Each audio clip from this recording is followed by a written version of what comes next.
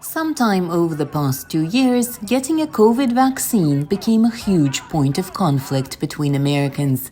There are websites devoted to shaming people who refused the vaccine, only to become seriously ill or die from the disease.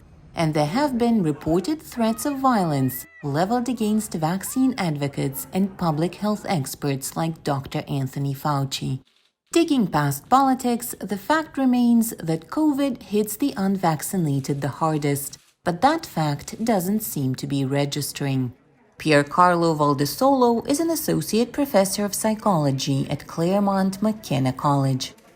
What we're seeing with the virus is a highly politicized topic, stoking in-group, out-group sentiments. And one of the dominant ways that people react emotionally to the suffering of out-group members is a muted sense of empathy, and at the extreme, even a sense of pleasure in the pain of out-group members. Retired Maryland resident Linda Mercer was initially against getting a COVID-19 vaccine. She says her concern rose from the speed with which the vaccine was developed, and relatives and former colleagues shared her skepticism. But that changed in the middle of 2021 when Mercer got the virus.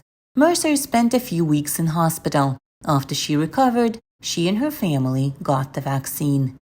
It made me say, okay, get the vaccine, because if the vaccine could just save you from getting as sick as I did, I'd rather have the vaccine than to catch COVID again. Experts say Mercer's story shows how vaccine opponents can change the minds of others with similar views. At least from a psychological perspective, it makes sense that anti-vaxxers would be more compelled by the story of an individual in-group member who is suffering than reading news stories about how many people are dying of COVID every day or how effective a vaccine is. A study at Brigham Young University suggests that personal stories do more to encourage vaccinations than faceless statistics. In an experiment, students who opposed the vaccine interviewed people who got illnesses that could have been prevented with a vaccine. By the end, roughly 70% of students had changed their mind about vaccinations. Experts say this suggests that education does more to change attitudes about vaccines than does public shaming. For Karina Bafrajan in Washington, Anna Rice, VOA News.